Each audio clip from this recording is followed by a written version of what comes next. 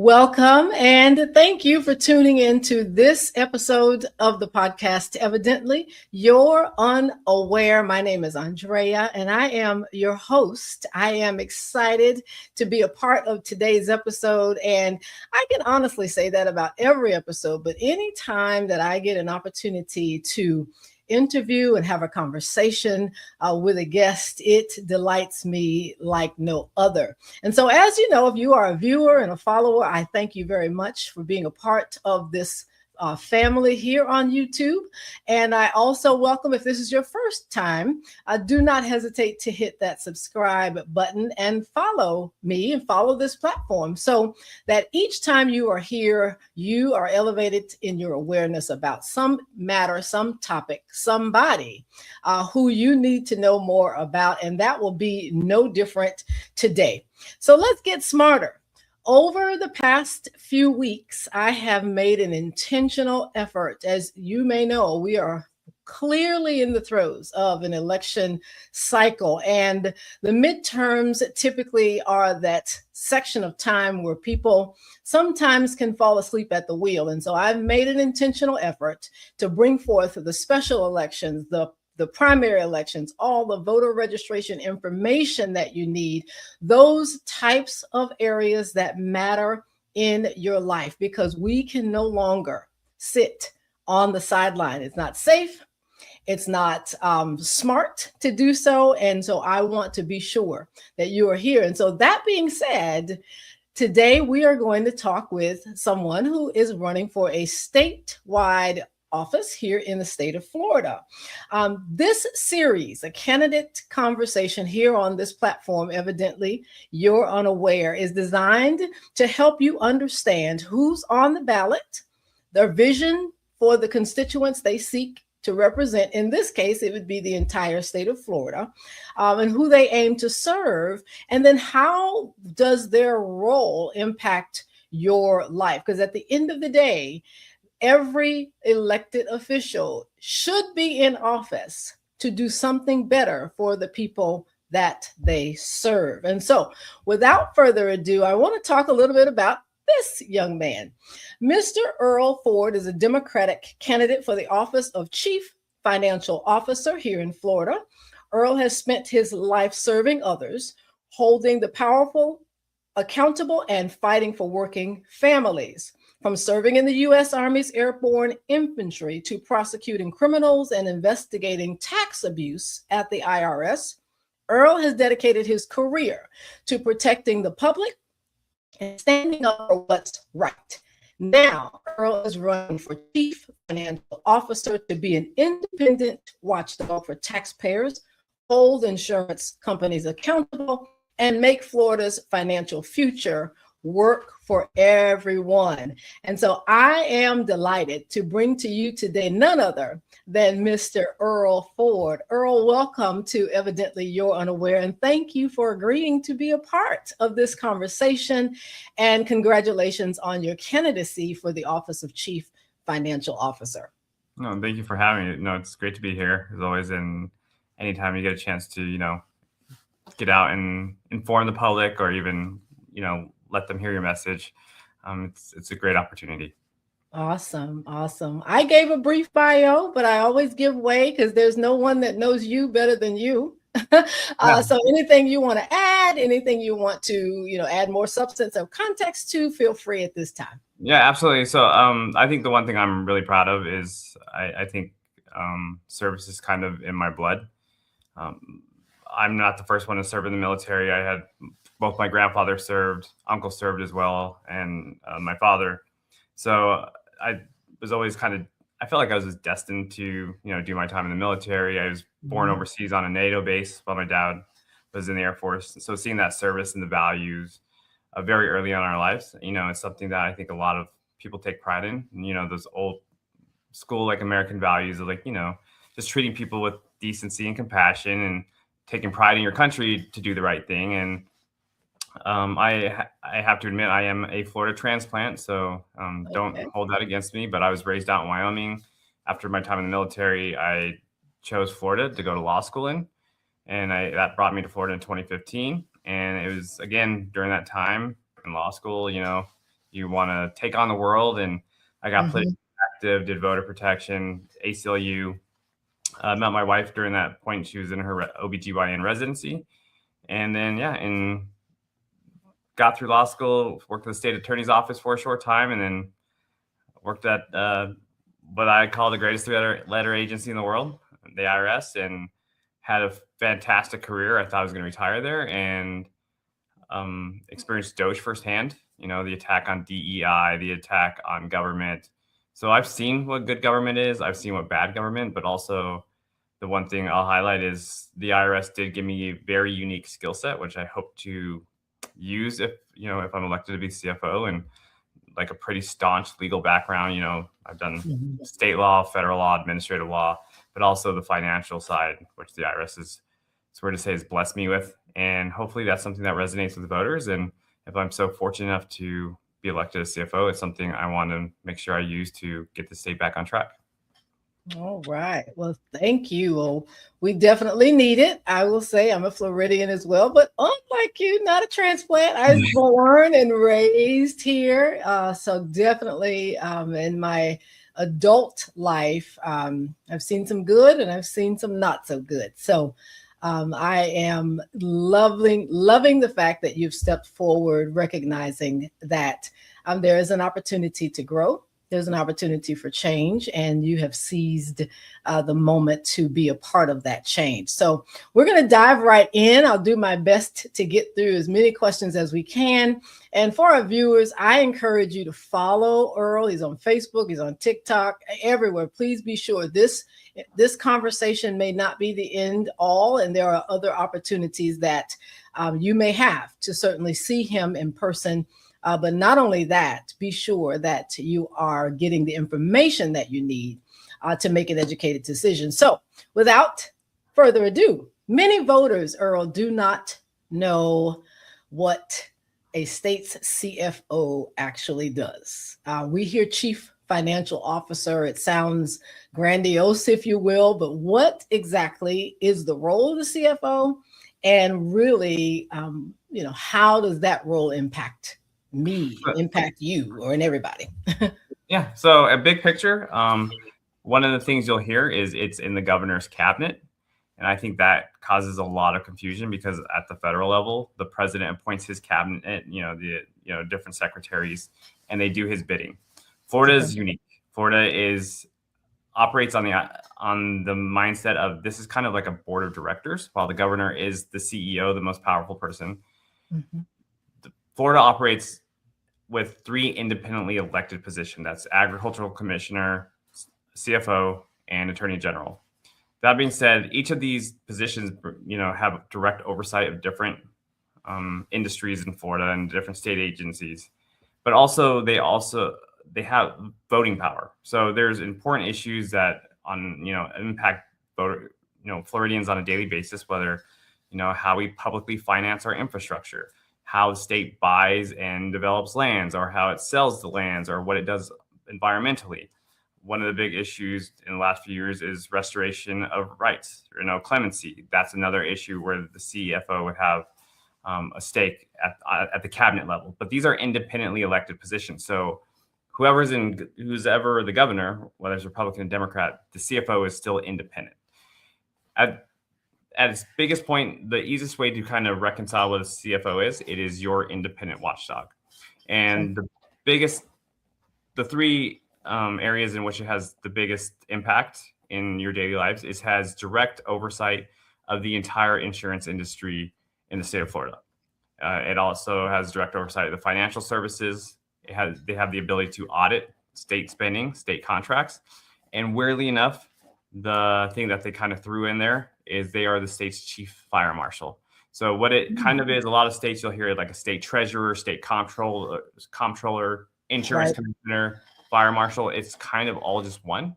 So those are the 3 large areas in which the CFO has direct oversight of. And we all know that we're dealing with the insurance crisis right now. Yep. And that is why the CFO is such an important position, especially when electing somebody. Yeah. Yeah, well, I do have a question or two, of course, about how you will look at our insurance. I don't want to call it a crisis, but I guess that's really kind of what it is. It's a crisis. So we'll talk about that. But I'm glad that you highlighted the independence of the role. And also, I hope viewers and listeners that you heard not only is the governorship on the ballot independently, Commission of Agriculture, CFO, and Attorney General, all are on the ballot. They all are on the ballot. And so that's why midterms are so important, is because these are offices that are coming due seemingly at the same time. And so here we go. Next question. Talking about insurance, Florida is facing challenges, obviously, rising property insurance costs. And you mentioned it, that's in your wheelhouse of responsibilities. What role should the CFO play in helping residents, helping homeowners, helping renters battle this challenge? So the biggest thing is in the last few years, the legislature did pass State Bill 7052, which it gives the state much more teeth in handling the insurance crisis. The problem is right now, from an enforcement capacity, the CFO is just not involved. So big picture wise, we need to make Florida more competitive, but we also need to make sure we have restraints on what the insurance companies are doing. One of the things that is happening in Florida that's heavily regulated in other states is it's called affiliate fee shifting. And what happens is a lot of times you have insurance companies, what they do is they move all their profits outside of Florida. They send it to smaller insurance companies outside of Florida. Meanwhile, their big insurance companies take losses, and then they also have difficulty, paying out claims. That in other states is heavily regulated. States require a certain amount of money stays in the state so they can pay out those claims. What you also have is you have a lot of insurance companies that quote unquote cherry pick their policies, right? Wow. A lot of them will come in, and this is getting in the nitty gritty, but a lot of people, based on the prices of insurance right now, they'll go on Citizens. Citizens has a depopulation program where they try and push you off, and these insurance companies will come in and say, like, I want that person. Instead, they assume all the benefit without any of the risk. And one of the things I would like to see is making sure when an insurance company comes in, they have to offer home, they have to offer auto, they have to also be involved in the risk, and they don't only got to take the profit. What I'm talking about is what we've seen there's local insurance companies actually based in Tampa that the CEOs have actually made almost double what the Allstate, like some of the largest insurance companies, their CEOs have made, basically just cherry picking their policy. So the big picture wise, without getting into the details, it's enforcement of that 7052, that state bill. But also at the end of the day, it's about consumer advocacy. Right now, there's no one going to bat for the consumer, right? A lot of the things that you'll hear from under the tort reform, and the Republicans say, hey, like, we fixed tort reform, which is the ability for people to sue insurance companies. That's great on paper, but what it also does is it makes it incredibly difficult for homeowners to sue, but also be made whole, because a lot of these insurance fees are coming out of the pockets of the claim. So instead of, you have $100,000 repair and you win, you're only going to take $60,000, $70,000 because you have to pay your attorney. So you're never really made whole. So ultimately, what this is about, it's not about going to war against the insurance industry. What this ultimately is about is leveling the playing field. You need a consumer advocate. You need the government. You need the state to step in and track the claims, make sure the claims are being handled, because a lot of these times it benefits the insurance companies to kind of kick the can down the road, make it hard on people, because a lot of people are living paycheck to paycheck, and they can offer you a settlement, of $40,000. But if you were to hold on for another year or two, if you had the money, you could hold on for the year or two, but you can't. So you're willing to take a settlement that might put you in a worse off position. Right. And that is where the state needs to step in and make sure, hey, like, this claim is moving along, or, when we're paying third parties or, the builders, like, all these claims are on the up and up. There's a lot of issues with, when they come and fix certain problems within the house, like what they're actually paying versus what the actual cost may not reflect reality. And there's, these companies will make a lot of money off the insurance companies. So it's a multi-pronged approach. And the biggest thing that the state can do also, it's quite frankly, fighting fraud, fighting fraud within the insurance companies and on the consumer side, because you got to live in reality. No one is perfect. Everyone's trying to have a payday. Have a payday, and right? There are bad actors everywhere, and making sure you leverage the full force of the government to go after bad actors, because also that's a real risk for insurance companies. So it's really about leveling the playing field, but also big picture is making sure there's an advocate for the consumer at the end of the day. So if you have on your worst day in the world, your government, the state government of Florida will step in and say, hey, let's try and figure this out to make sure you're protected. Okay. All right. Well, we are going to remember this conversation, because should you be elected, we're going to remember Earle said we've got to go in and have an advocacy for the consumer, meaning someone that's going to speak for us from the top. And one of the things I would like to highlight is having a dashboard, right? Having a dashboard where you could log in for the government and say, hey, this is, and so that way you can work alongside the insurance companies and any hiccups. And that way it's going to benefit the insurance companies, but it's also going to benefit the everyday Floridian. Okay. Well, I'm going to turn to the primary a little bit. You're on the ballot in a Democratic primary. There's another Democratic candidate that's also seeking the votes of those voters here in Florida, Annette Taddeo. And, there's a lot of things. She's got some history. She's got a resume. I believe just a couple of things. I think she was tapped to be Charlie Crist's running mate at one point in 2014. She's a former state senator. And I just simply, people are going to see her name as well as yours. And I'd love to give you the opportunity to share. Name one thing that makes you as a candidate different, or something you do differently that maybe you have realized she may want to do. How do you differentiate from the other Democratic candidates that will be on the ballot? So I would say, if I had to say one thing, it's quite frankly, qualifications, right? I think we've been in a world where politicians have put us in this position. People who take jobs just for political purposes, and these jobs they're important and require certain hard skills, and that's kind of put us in these positions. So if I was going to say qualifications, I'm not say, but qualifications is, I think what separates us, and what I would highlight is, I would be the only military veteran statewide for state. Obviously, if not talking about federal and U.S. Senate, but statewide, I'd be the only veteran. Mm-hmm. I think having that background of service in our country, you've had the opportunity to work around people of every background imaginable. Okay. And not only do I have a legal background, I'm proud of the fact that, I'm educated, but I also am a lawyer. I have criminal background, but also, again, with my IRS background, you're talking about the chief financial officer. You're talking about somebody who needs the ability and the skills to actually audit the state books, audit the state agencies. The IRS. IRS and audit, there's a reason, because the IRS spends a lot of time on teaching you how to properly conduct an audit, right? So my time at the IRS, done advanced fraud training. I went to IRS tax law school, conducting very complicated, in order to do very complicated cases. I routinely handled cases in excess of $500 million. That's what I'm hoping to deliver for the people of Florida. But I also think at the end of the day, one of the other things, I know you only asked one, but I think at this juncture, one of the things that's resonating is just normal people that are not connected to the political apparatus. I've spent my time at IRS going against very, very powerful people who are used to saying, people don't tell these people no. These are some of the richest, people in our country.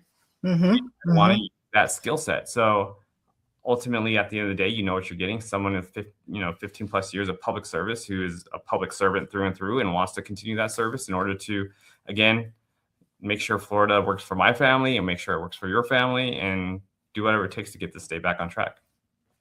Okay. Well, that's a perfect segue. I'm going to go into my final question here, and that's now coming out of the Democratic primary side and going into the race that you are hoping to have and then ultimately win. And that is going against the incumbent, Blaise Ngolia. And currently, I believe he's, unless something's changed, he's running unopposed. So he'll be on the ballot in November, and you're hoping to pass through August, make it to November. Blaze was appointed to the position of CFO by Ron DeSantis, as we know, and so he's essentially running his first kind of campaign for the position. So I guess the same question as I asked about Annette Tadeo, what differentiates you from Blaise Ngolia, and what would you do differently? What is our state lacking from this position that he's not bringing to the table? So again, I would highlight qualifications. I know he's like a mortgage broker, and so I don't know his educational background. From what I know it's pretty limited. So again, as you mentioned, he's appointed. He wasn't elected in this position. So while I kind of mentioned it at the beginning of the episode, this is an independent elected position, right? You're supposed to have direct oversight of the financial spending, the insurance industry. And the CFO right now is currently doing these FO audits, going around harassing cities. And the reality of that is most people, even Republicans in government, understand that local governments know what's best for them, not some bureaucrat in Tallahassee that's doing the bidding of the governor. So that's the first thing I would do, is take a step back and let the cities manage their own money, because the purview of the CFO is state spending. Not like the cities, their property tax, you have to fund certain like healthcare programs for, certain counties, or you have the senior populations, you have veteran populations. There's certain things that each, local government needs to do. So that'd be the first thing I'd do.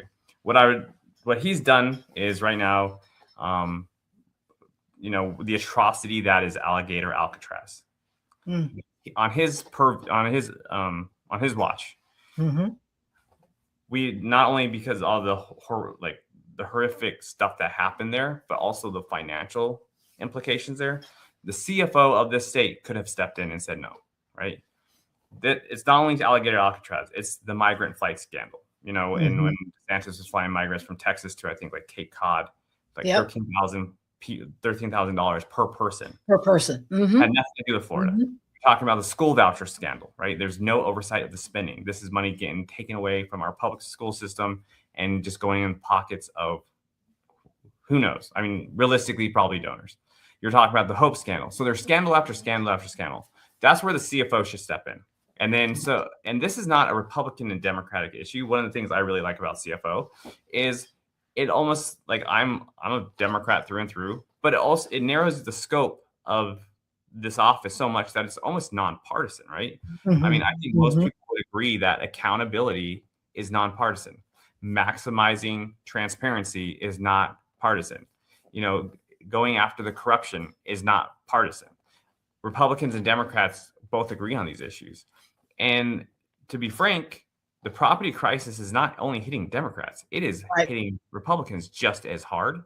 And this is a frustration that a lot of Republicans have. Even like as I've been on the campaign trail, some of my largest supporters have been lifelong Republicans, because their concern is knowing like we don't agree on 80% of the issues, right? Based on my view, my point of view. But what we can agree on is insurance and corruption is ruining the state. That's right. So everyone needs a fair shot. You need to level the playing field. One of the things that make this country great, what made the state great, is the ability to know where your money's going, have trust in the government that the dollars is the dollar, and it's not going to go to some donor, or there's going to be somebody enriching themselves in government. That's what you want to make sure is going on. And that CFO position really, I think, resonates across the board in the fact that it's those three areas: accountability, transparency, and anti-corruption. And looking at Blaze, some of his largest donors is the insurance companies. So that's one of the terms you hear is regulatory capture. The industry has captured the very agency that's supposed to regulate it. And that's the point we're at. So that's where I think the big difference between me and Blaze would be. And this is different. And builders come out to you. A lot of these other industries are concerned because they know, because it's costing them a lot of money with how bad the insurance has gotten here. Yeah.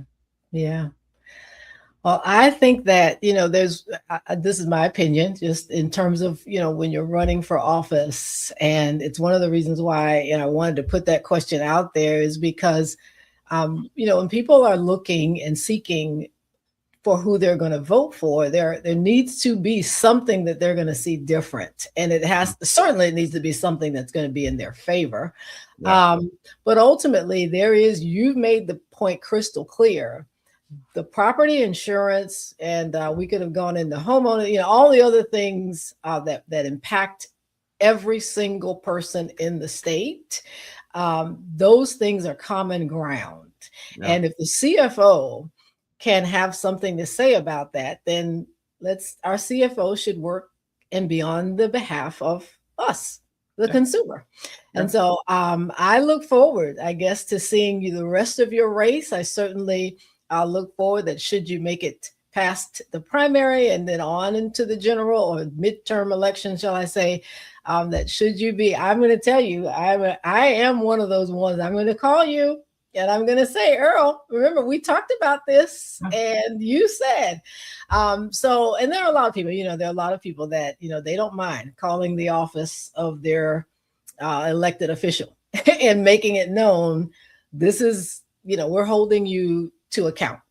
And so I'm glad that you have a plan. I'm glad that you've been able to articulate it in this. And I know there are things that still kind of need to be hashed out, obviously. But I'm glad that you at least see the areas that need reform and that you're already, in the lane of what needs to happen should you be elected. So Earle, thank you so much. I'm going to show this for everyone there. I put a little ticker down at the bottom. If you want to learn more, get involved, donate, earlforcfo.com. That is Earle for CFO, Earle with an E. Yeah, that's the tricky one. That's the tricky one. EARLECFO for CFO.com. That's the word for, not letter for. Earle for CFO.com. I appreciate you tremendously. And we look forward to updating you. I'm going to ask permission right now, shamelessly, to bring you back on the platform post-primary. You just kind of see where we are, somewhere between August 19th and November 3rd, I guess, at that point. Yeah. All right. Well, Earle, thank you very, very much. And I'll be in touch. All right. Thank you. It was a pleasure. Thank you. All right. For those of you that are still listening, thank you so very much for tuning in. This has been a wonderful conversation with our Democratic candidate, Earle Ford, for Chief Financial Officer. And I want to remind you that an informed electorate, the electorate includes people like you and me. An informed electorate is the strongest safeguard against waste, abuse of power, and unethical conduct. Democracy depends on citizens who remain engaged, because evidently you're unaware, and I think a lot of us kind of took this for granted until now, and I'm going to raise my hand, maybe me too. Democracy is not free. So I encourage everyone to stop viewing your vote as optional or irrelevant. It is neither of those. It's also more than a choice between candidates. Your vote is a decision about the kind of leadership that you want to see, the kind of ethics that you want to see, the kind of accountability that you expect from your local government, your state government, and your federal government. So again, Andrea, I appreciate you being here. I'm going to showcase this as well. Just remember that the primary elections are coming up. We are currently in mail ballot season. For those of you that are receiving your ballots by mail, they are on the way, should be landing Thursday, August 6th is the deadline to request your ballot by mail. If you don't know this by now, all mail ballot requests expired January 1st, 2025, and you must resubmit that request to receive your ballot by mail. Saturday to Sunday, August 8th through the 16th is the early voting period, and eventually I will tap more into those early voting locations. And then, of course, Tuesday, August 18th is primary election day. Please, ladies and gentlemen, Do not neglect the power of your vote. Plan to show up. I appreciate you and I thank you for your time, and the opportunity to be a part of this conversation has been great. God bless you, and be sure, follow me on TikTok at EYU Podcast. The channel, if you've not subscribed, is on YouTube at Evidently You're Unaware, and on Blue Sky at thesuccessfuldiva.bsky.social. God bless.